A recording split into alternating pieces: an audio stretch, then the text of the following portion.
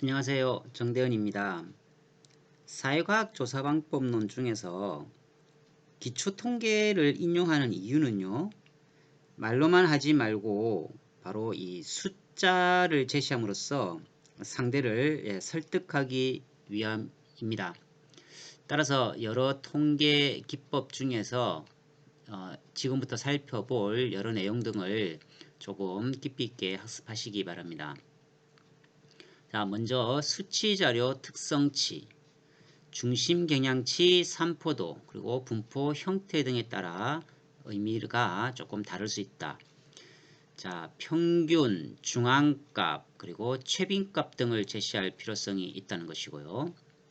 산포도에 있어서도 범위, 분산, 표준편차, 변동계수 등을 함께 제시함으로써 조금 더 설득력을 높일 수 있어야 할 것 같습니다. 그리고 확률 분포의 여러 형태 중에서 우리가 기울기, 즉 외도입니다. 그 다음에 첨도 등에 따라서도 통계의 의미가 다를 수 있다고 하는 것을 기억하시기 바랍니다. 세부적인 것은 뒤에서 쭉 살펴볼게요. 먼저 중앙값입니다. 중심 경향치 중에 하나로 되어 있죠. 순서로 배열되어 있으면 가장 중앙에 있는 값. 그래서 n이 홀수와 짝수일 때 조금 다르겠죠. 정중앙 값일 때고 짝수인 경우는 중간 두 개 값의 평균으로 계산을 할 수가 있습니다. 자, 이렇게 우리가 중앙값을 구하는 이유는요, 바로 이 극단값, 우리가 극단치 또는 이상치, 그리고 뭐 아웃라이어 등으로 표현을 합니다. 이러한 극단값에 영향을 받지 않아야 된다라고 하는 것이죠. 여러 분포들 중에서 우리가 이 일반적으로 분포가 이런 식으로 이루어졌다 했을 때 완전 극단치 이런 것들이 있을 수가 있죠. 자, 어떻게요? 이러한 것들은 배제시키고 우리가 중앙값을 계산함으로써 조금 더 통계 수치의 신뢰도를 높여 나가야 할 것입니다. 다음은 최빈 값입니다. 말 그대로 빈도가 가장 많은 값이겠죠. 빈도가 가장 많기 때문에 그것이 통계적으로 유의미한 값으로 해석이 가능할 겁니다. 그 다음에 역시나 극단값에 영향을 받지 않겠죠. 자, 여러분들이 앞서 실습해 본 거에서 최빈값 에러가 생겼죠. 오류라고 표현해 정확하겠네요. 없을 수도 있고 여러 개 있을 수도 있다 라고 하는 것이죠. 수치나 범주 자료에도 이용한다. 다음은 평균 중앙값 최빈값을 상호 비교를 해볼게요. 자, 이러한 분포 우리가 뭐 베타 분포라고 표현을 하는데요.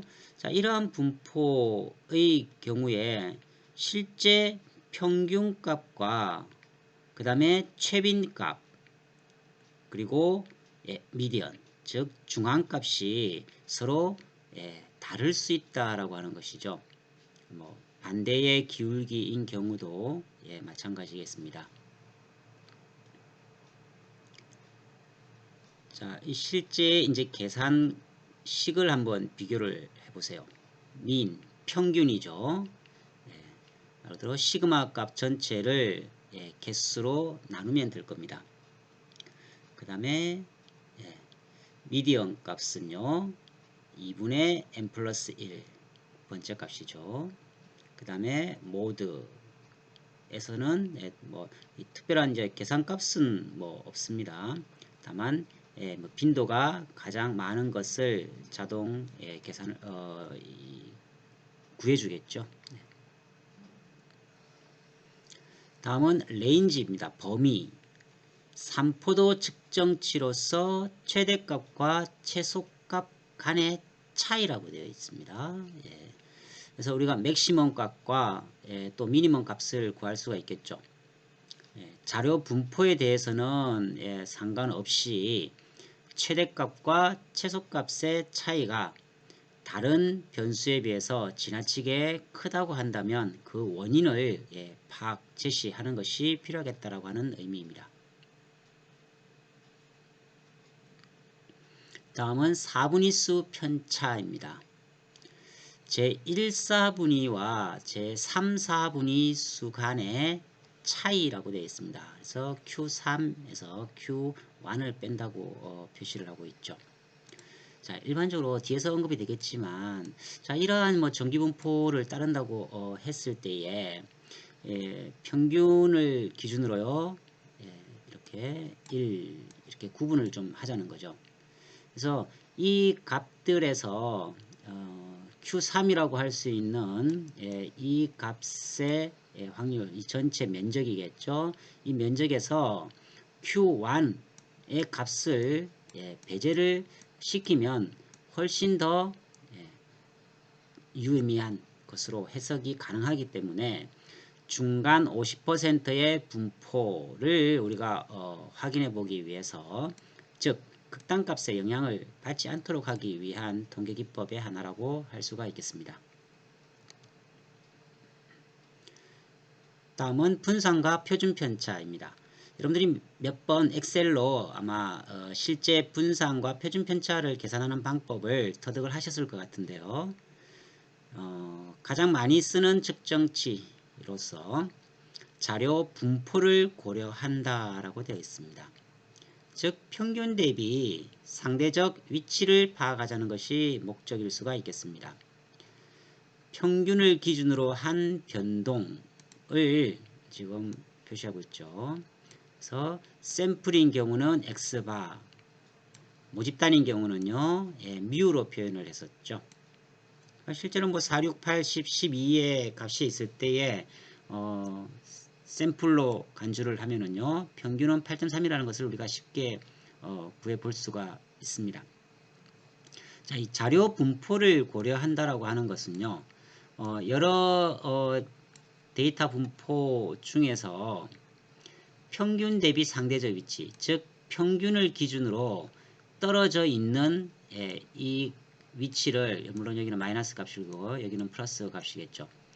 떨어져 있는 이 정도를 나타내는 것이 바로 표준편차.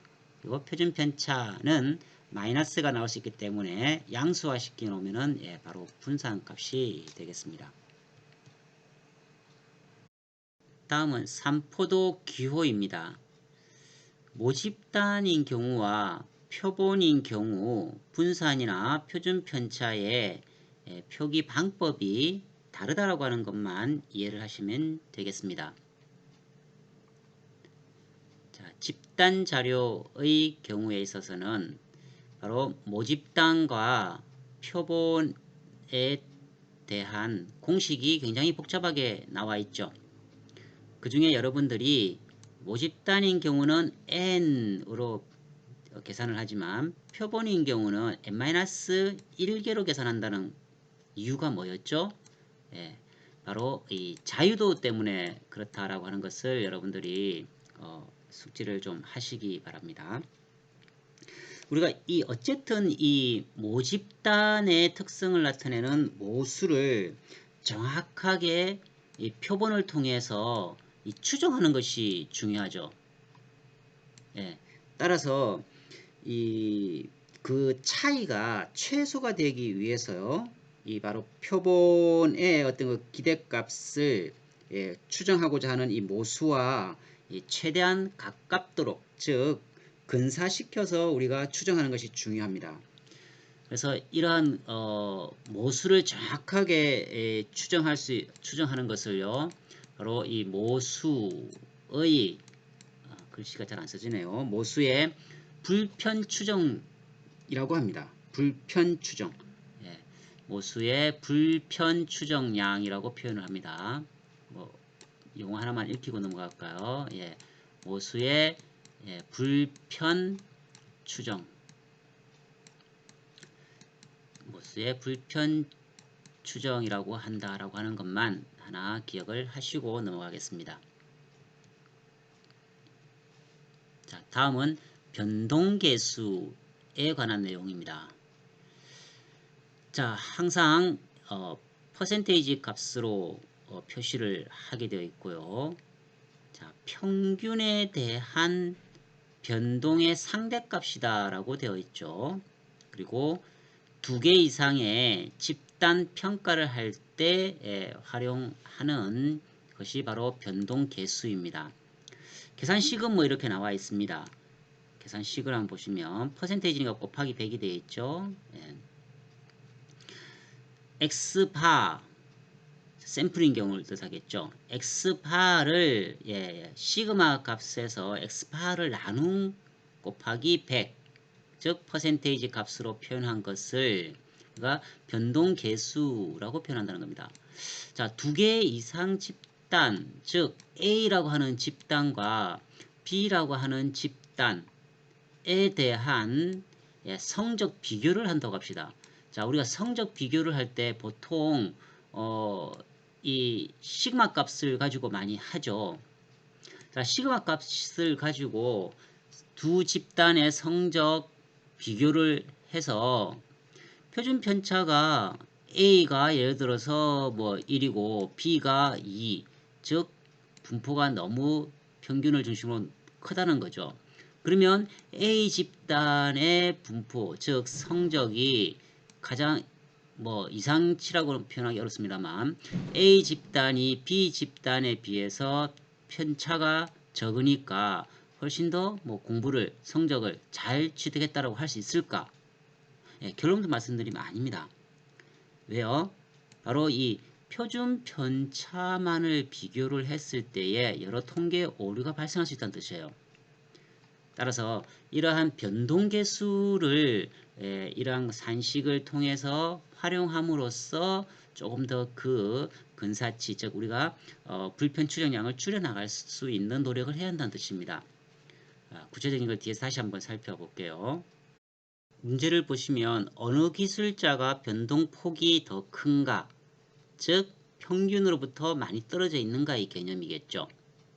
기술자 A와 B를 비교했을 때에 평균이 40, 표준 편차가 5, 기술자 B는요 평균이 160, 그 다음에 표준 편차가 15. 따라서 단순하게 이 수치만으로 보았을 때는 기술자 B의 변동폭이 더 크다라고 나와집니다. 그렇지만 우리가 변동계수를 구해서 살펴보면은 결과가 다를 수 있다는 뜻이에요. 자, 한번 볼까요?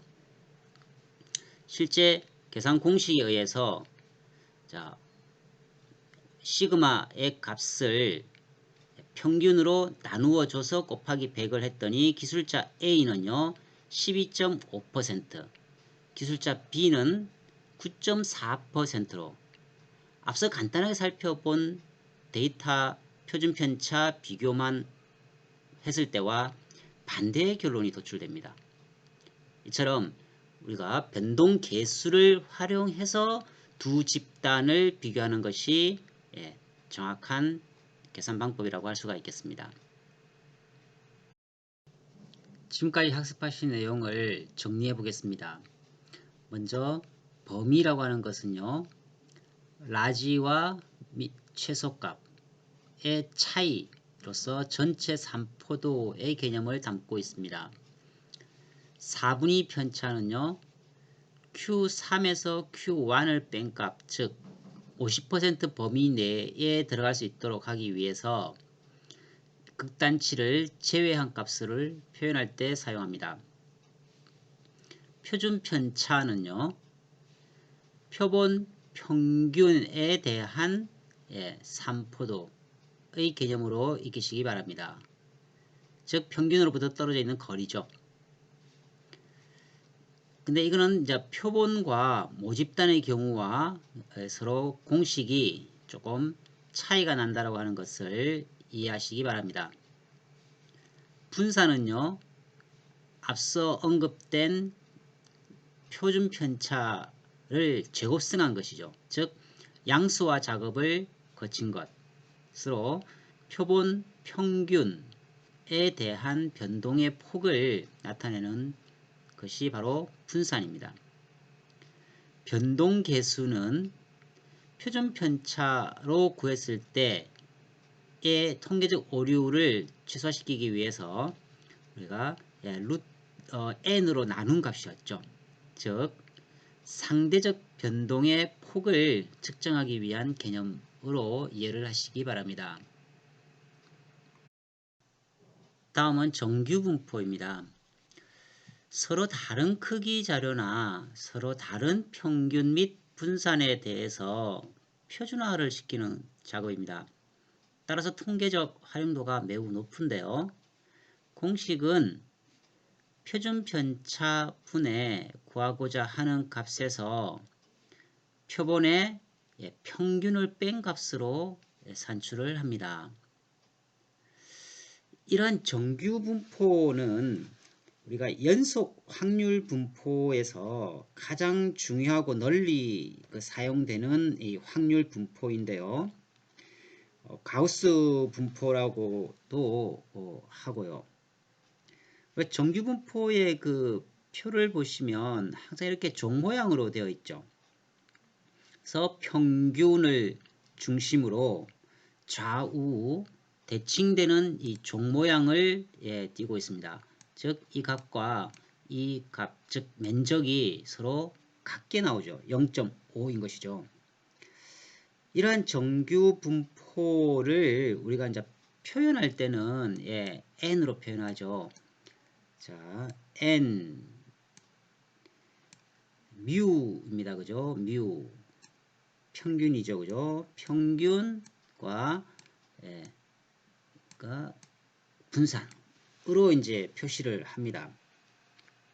자, 이처럼 정기분포의 모양은 평균 뮤와 표준 편차 시그마에 따라 서로 다르게 나타난다라고 하는 것을 우리 산식에서도 이해를 하실 수가 있습니다.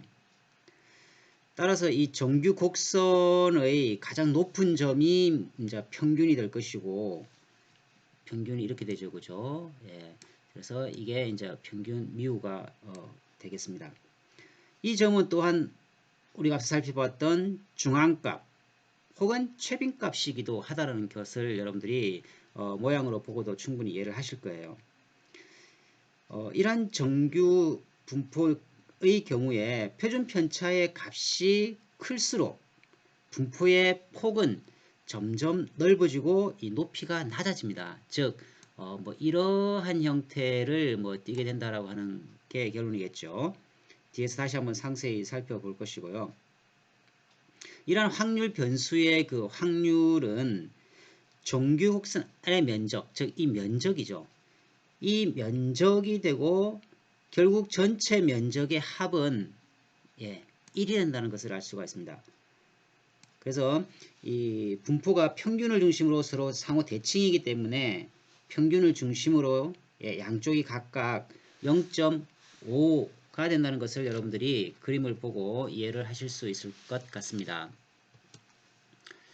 자, 이러한 정규 분포는 경험률적으로요, 실제 계산을 해보면 1시그마 기준 68%, 2시그마 기준 95%, 3시그마 99%로 나옵니다. 여러분들이 이제 현장에서 많이 활용하고 계실 6시그마죠. 그죠? 6시그마는 4, 5, 6 이렇게 가겠죠. 따라서 99.99966%가 나와지게 됩니다. 이러한 정규 분포에 문제가 있다고 하면은요, 양극단에 갈수록 발생 확률이 극히 작아진다는 것, 즉 6시그마까지 가면은 거의 완벽에 가깝다라고 하는 결론을 우리가 도출할 수가 있다는 것입니다. 다음은 탐색 자료 분석의 내용입니다. 자, 여기 좀 잘 보시면은요, 자, 미디언 값이죠.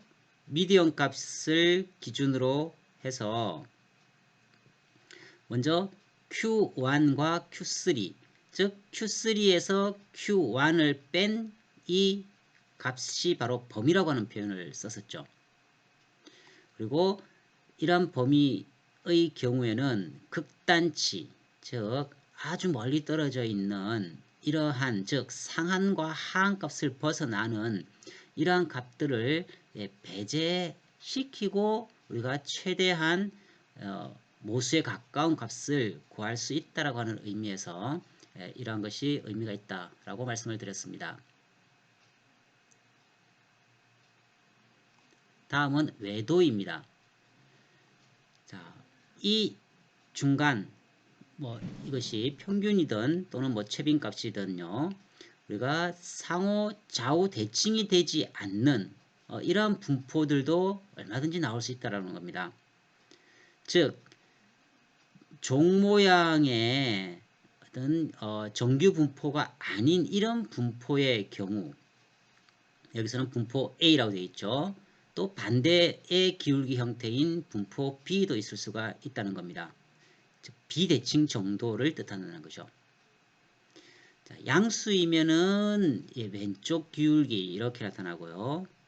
음수이면 오른쪽 기울기 형태로 외도를 표시한다 라고 하는 것을 이해하시기 바랍니다. 다음은 첨도입니다. 말 그대로 날카롭다고 하는 정도겠죠. 즉 평균을 중심으로 어느 정도 뾰족한 형태의 정기분포를 이루고 있는가를 나타내는 방법입니다. 첨도란 분포의 뾰족한 정도, 정규분포와 비교하여 표시한다 되어 있죠. 외도와 반대로 양의 첨도는 상대적으로 더 뾰족한 것을 의미하고요. 음의 첨도는요 덜 뾰족한 이렇게 완만한 형태를 이루게 되는 것이 차이가 있다는 겁니다. 두 변수 연관성 측정치 공분산 여러분들이 엑셀로 충분히 연습을 하셨을 겁니다. 두 변수 간의 선형적 연관성 각 변수 평균 차의 제곱 합을 계산한 후 다시 이를 n개로 나누어 주는 방식으로 공분산이라고 하는 것을 구해보았죠. 상관계수는요. 마이너스 1에서 1 범위 내의 값을 갖는다. 0은 선형에 상관관계가 없다라고 되어 있습니다. 즉 일반적으로 우리가 그래프에서 1의 상관관계는 이런 형태로 나타나죠. 마이너스 1은요. 이런 형태로 나타나게 될 겁니다. 근데 0은요. 이러한 형태가 띄겠죠. 어떠한 두 변수 간에 즉 x와 y 간에 전혀 상관관계가 없는 형태로 표시가 가능합니다.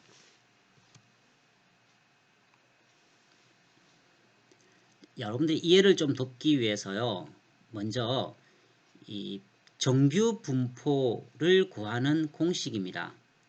굉장히 복잡한 이러한 공식을 띄고 있습니다. 이 공식 자체가 중요한 것은 아니고요. 좀 전에 살펴봤던 외도, 첨도 등과 같이 정규 분포를 나타내는 방법이 실제 계산을 해보면 경험치상으로 이렇게 굉장히 차이가 난다라고 하는 거죠. 그 다음에 확률은 우리가 면적으로 계산한다고 했습니다. 연속 확률 분포에 대한 면적을 계산할 때 마이너스 무한대, 플러스 무한대로 가지 이게 결국은 이거와 절대 겹칠 수는 없습니다. 완전 일치가 되지는 않는다는 뜻이죠. 자, 이제 표준 정규 분포의 개념을 살펴보고 넘어가실게요. 자, 여기서 그림을 한번 보시면은요. 시그마 값이 각각 다르죠. 자, 평균이 이렇게 표시되어 있고요. 그 다음에 시그마의 값이 여기서는 얼마입니까? 10이라고 표현되어 있죠. 단위가 중요한 것은 아니고요. 또 다른 형태의 즉 첨도가 양인 이러한 정기 분포를 이루는 것이 있다고 했을 때에 자 평균을 나타내는 값, 그 다음에 시그마를 나타내는 값이 각각 이 모양에 따라서 서로 이 실제 확률 밀도 함수인 이 면적은 서로 달라지죠. 따라서 매 경우의 수마다 우리가 정규 분포를 구하기가 어렵기 때문에 표준 정규 분포화 시킵니다. 즉 표준화를 시킨다는 거죠. 공식은요. 자, 이렇게 구합니다. 시그마 분의 x-뮤의 값으로 아무리 우리가 실제 구하고자 하는 값의 면적, 즉 이 전체의 면적 또는 이 전체의 면적이 실제로 같은 표준 정규 분포화 시켜보자는 겁니다. 즉 보시면 평균을 기준으로 그죠? 자, 평균이 여기 있죠? 자, 평균. 정규 분포의 공식은 어땠습니까? n 자, 평균이었죠. 평균을 시그마 제곱각과의 상관관계를 서로 우리가 나타냈습니다. 네, 표준 정규 분포의 값은요. 자, 뮤가 아니고요. 평균을 제로로 본다는 것입니다. 평균을 제로로 보고 시그마의 값을 1로 보았을 때의 값으로 표준화를 시켜버린다는 겁니다. 그러면 실제로 이 면적, 여기에 해당되는 면적과 여기에 해당되는 면적이 동일한 값을 나타낼 수 있도록 하는 값으로 표준화를 시켜서, 즉 이 공식을 활용해서 우리가 미리 계산을 다 해두자라는 겁니다. 그것이 바로 이 표준 정규 분포화 시키는 작업, 즉 뮤는 제로, 시그마는 1인 값으로 표준화를 시켜서 표준 정규 분포표를 활용해서 쉽게 이 확률 밀도 함수를 계산할 수 있게끔 표준화 시켜 두는 작업을 의미합니다. 표준 정규 분포표 읽는 방법 잘 아시겠지만 한번 언급하고 넘어갈게요. 자, 0.72가 나왔다고 했을 때요. 보시면 0.72에 해당하는 값 0.2642죠. 자, 그래서 그러면 0.72 즉 G값이 0.72 이하인 확률, 이 전체에 해당하는 값을 우리가 계산을 해야 됩니다. 그래서 표준정규 분포에 보시면 여기서 여기까지 전체에 대해서 값을 계산해 둔 표도 있고요. 그렇지 않고 일반적으로는 이 형태입니다. 즉 0.5 평균 뮤를 중심으로 그죠? 왼쪽 좌우 대칭 0.5라고 했죠. 그래서 0.5를 표에서 안 합니다. 일반적으로요. 그래서 0.5 더하기 0.72에 해당하는 값, 즉 0.2642를 더해서 결국 이 전체의 면적은 0.7642가 된다라고 하는 거죠. 여러분들이 잘 아실 수 있지만 참고로 표준 정규분포표 또는 다른 여러 분포표를 읽는 방법입니다. 자, 지금까지 여러분들이 여러 이제 확률 계산하는 것에 대해서 살펴보셨는데요.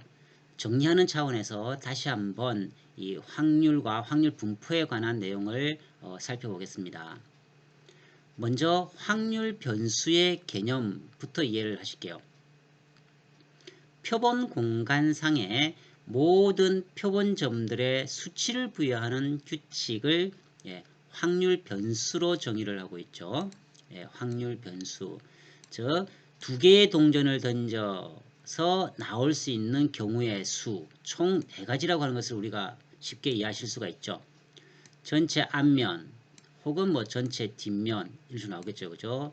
쉽게 확률은 뭐 4분의 1이라고 하는 것을 여러분들이 이해하실 수가 있을 겁니다. 이러한 확률 변수의 개념을 이해를 하시고요. 자, 뭐 또 다른 예를 뭐 이렇게 드러났죠. 뭐 주사위를 던져서 나올 수 있는 확률 변수의 예라고 할 수가 있겠습니다. 자, 이처럼 확률 변수는 우리가 크게 이산 확률 변수와 연속 확률 변수로 나눈다는 것이 중요합니다. 앞서 살펴보셨을 이 정규 분포죠. 정규 분포의 경우가 바로 연속 확률 변수의 분포를 나타낸다는 거죠. 자, 반면 이제 이산 확률은요, 이렇게 표시가 될 수 있습니다. 자, 확률 변수에 이어서 확률 분포의 개념을 한번 보세요. 확률 분포. 확률 변수가 가질 수 있는 값과 그 값을 가질 상대적 가능성, 뭐라고 표현되어 있습니까? 즉 확률을 확률 분포라고 하자는 겁니다. 자, 확률 분포의 종류, 앞서 크게 이산 확률 분포와 연속 확률 분포로 분류가 되었습니다. 그 중에 주로 통계에서 이제 많이 활용이 이루어지고 있는 이 연속 확률 분포, 즉 대표적인 것이 정규 분포죠. 그 다음에 뭐 카이 제곱 분포라든가 T 분포 또는 F 분포 등도 연속 확률 분포의 개념이다 라고 하는 정도만 이해를 하시면 좋겠습니다.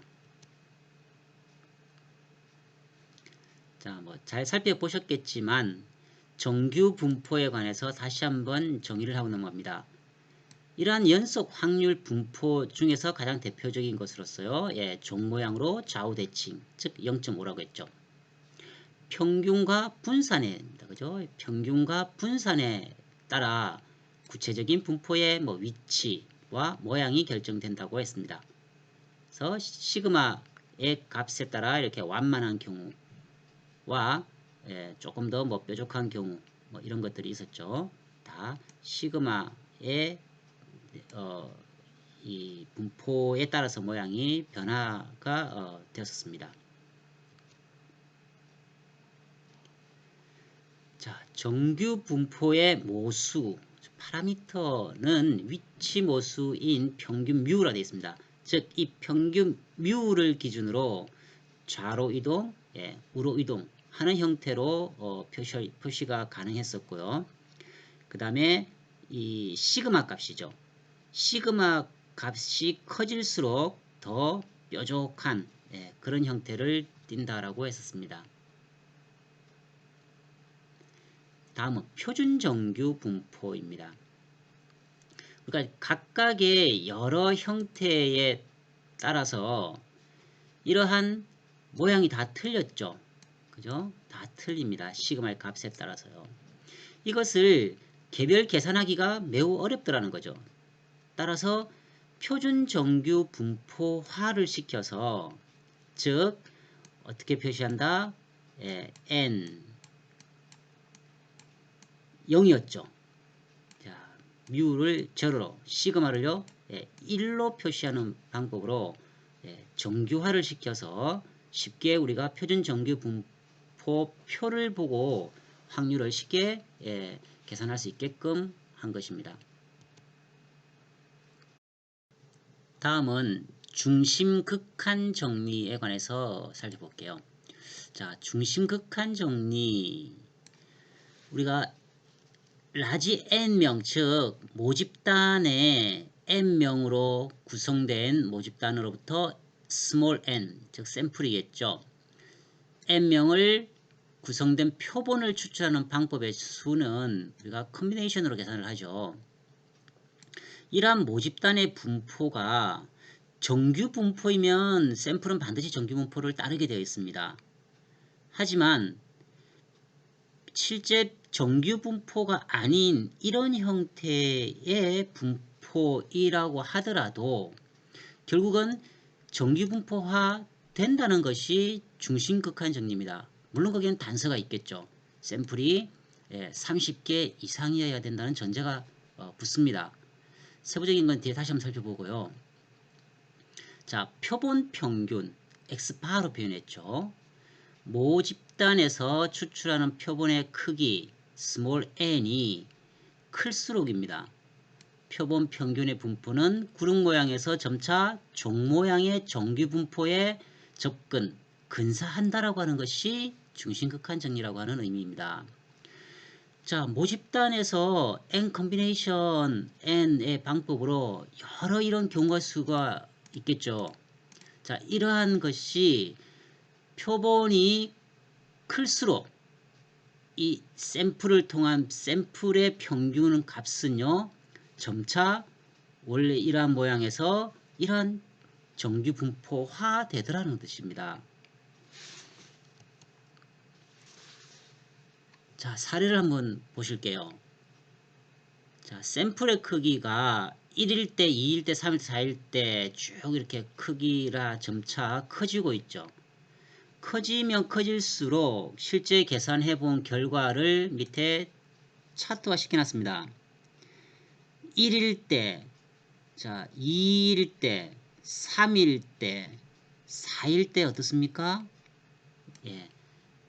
종 모양의 정규 분포화 되더라고 하는 것이 경험치로서 우리가 이야기가 된다라고 하는 거죠. 자, 여기에서요. 표본의 크기 스몰 n입니다.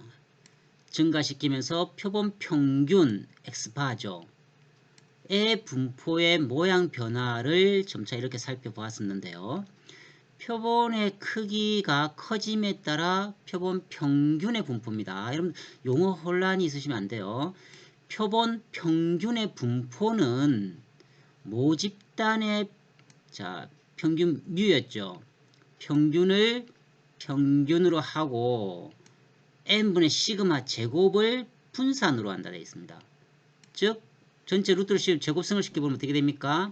루트 n분의 시그마가 되죠. 루트 n분의 시그마 즉을 분산으로 하는 정규 분포에 근사하더라고 하는 것이 중심극한 정리라고 하는 뜻입니다. 자, 표본 크기에 따른 표본의 표본 평균이죠. 표본의 크기에 따른 표본 평균의 표본 분포입니다. 용어가 다소 혼란스럽나요? 자, 보시면은요. 정규 분포, 자, 유니폼 분포, 또 지수 분포의 표가 이렇게 처음에 그려집니다. n이 뭐일 때요? 현재 1일 때죠. 근데 점차 이제 n의 크기를 5, 10, 자, 30으로까지 늘렸을 때 점차 어떻게 됩니까? 종 모양으로 바뀐다라고 하는 겁니다. 그래서 중심극한 정리를 조금 정리를 해볼게요. 자, 모집단 표본 스몰 n 이자 거기에서 여러 가지 경우의 수를 추출하겠죠. 추출 방법에 있어서 모집단이 어떠한 분포를 하는가에 관계없습니다. 그죠? 정규 분포면은 당연히 정규 분포가 된다는 뜻이고요.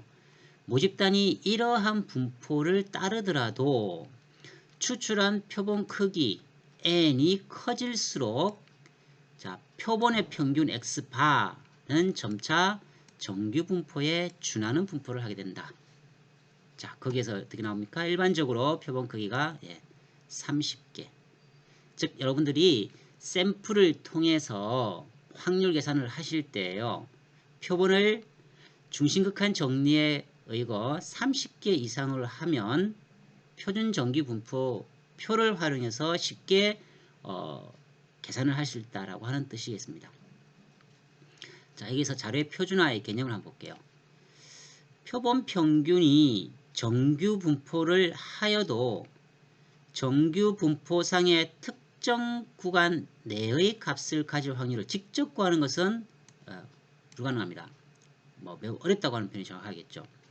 따라서 표본 평균을 자유도가 n-1인 t 분포상의 값으로 표준화하여 하는 것이라고 되어 있습니다. 그래서 정규 분포가 아니더라도 우리가 t 분포 이미 다 계산되어 있습니다. 그래서 그것을 활용해서 우리가 이 확률 즉 통계 수치를 쉽게 구할 수 있다. 단 조건이 자유도가 n-1개로 한다라고 하는 겁니다. 자, 이 자유도가 n-1인 t 분포는요. 이미 우리가 부록에서 잘 제시가 되어 있기 때문에 쉽게 활용만 하면 된다라고 하는 뜻입니다. 이번 슬라이드에서는 다소 혼란스러울 수 있는 개념 세 가지를 정리를 좀 해보겠습니다. 먼저 표준 편차. 자, 한 번의 샘플입니다. 한 번의 샘플이 모 평균으로부터 떨어지는 정도라고 되어 있죠. 다른 말로 표현을 하면요, 단일 표본 내의 변동성 추정입니다. 자, 표준 오차는요, 우리가 루트 n분의 시그마라고 하는 공식으로 구해집니다. 자, 샘플을 무작위 반복 추출이죠.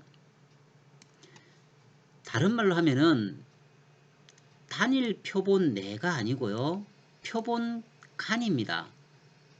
n 컨비네이션 n에 의해서 여러 샘플을 무작위로 추출할 수 있는 것을 반복 수행했을 때에 표본 간의 어떤 그 변동성을 추정하는 것이 표준 오차라고 하는 개념으로 표준 편차와는 여러분들이 확연하게 다르다는 것을 이해를 하셔야 됩니다. 따라서 이거는 다른 말로 표현을 하면요, 모 평균과 표본 평균 간의 차이를 의미한다는 뜻이죠. 바로 표준 오차입니다. 자, 이번에는 표본 오차입니다. 샘플 에러가 되어 있죠, 그죠? 점 추정치와 모수와의 차이의 또 절대값이라 되어 있습니다. 모수는 뭡니까? 모 집단의 특정 값을 나타내는 것을 모수라고 하죠. 점 추정치라고 하는 것은요, 점 추정은 이렇게 정의가 됩니다. 표본 통계량의 구체적인 값을 얻는 절차라고 되어 있죠.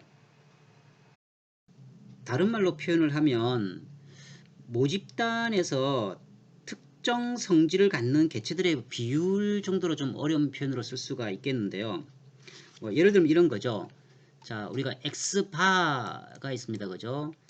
X바는요, 모 평균 뮤의 점 추정량이 된다는 뜻입니다. 또 그러면은 S는 뭐겠습니까? S는 모 표준 편차 시그마죠. 모 표준 편차 시그마의 점 추정량이 된다는 의미가 되겠습니다. 자, 여러분들이 그 여론조사 결과를 발표할 때 보통 어떻게 발표합니까? 95% 신뢰 수준에서, 그죠? 플러스 마이너스 표본 오차, 그래서 뭐 0.3 이렇게 발표를 하죠. 여러분들 이 의미가 뭐겠습니까? 물론 0.3% 포인트로 해야 정확합니다. 이 의미가, 자, 동일한 방법으로 100번을 반복해서 조사를 했을 때에 95번은요, 이 범위 내에서 항상 결과값이 같다라고 하는 것으로 여러분들이 이해를 하셔야 됩니다. 자, 지금까지 표준 편차, 표준 오차, 표본 오차 등에 대한 서로의 의미가 조금씩 다르다라고 하는 것을 여러분들이 아셨을 텐데요. 결론은 이렇게 납니다. 표본의 크기가 증가할수록 감소한다. 즉 표준 편차나 표준 오차나 표본 오차는 감소하게 되어 있습니다. 앞서 중심극한 정리에 의해서 이 표본의 크기가 커지면은요, 정규 분포에 근사한다라고 결론이 났었죠. 중요한 결론은 이렇습니다. 자, 이 표본의 크기를 증가시키면은요, 이 표준 오차를 크게 줄 수 있다는 뜻이죠. 왜요? 루트 n분의 시그마로 계산을 하기 때문에 분모의 값이 커지면 커질수록 전체 표준 오차는 어떻습니까? 점차 줄어들게 되어 있죠. 그죠? 자, 이 논리에 의해서 우리가 충분히 샘플을 어떻게 해요? 증가시켜야 된다고 하는 것을 여러분들이 이해를 하실 겁니다. 결국 이 표본 크기의 증가를 통해서 표본 평균이 모 평균의 특정 범위 내에 있을 확률을 크게 결과적으로 높일 수 있다고 하는 것이 결론이겠죠. 자, 오늘 수업은 여기까지 하겠습니다. 수고하셨습니다.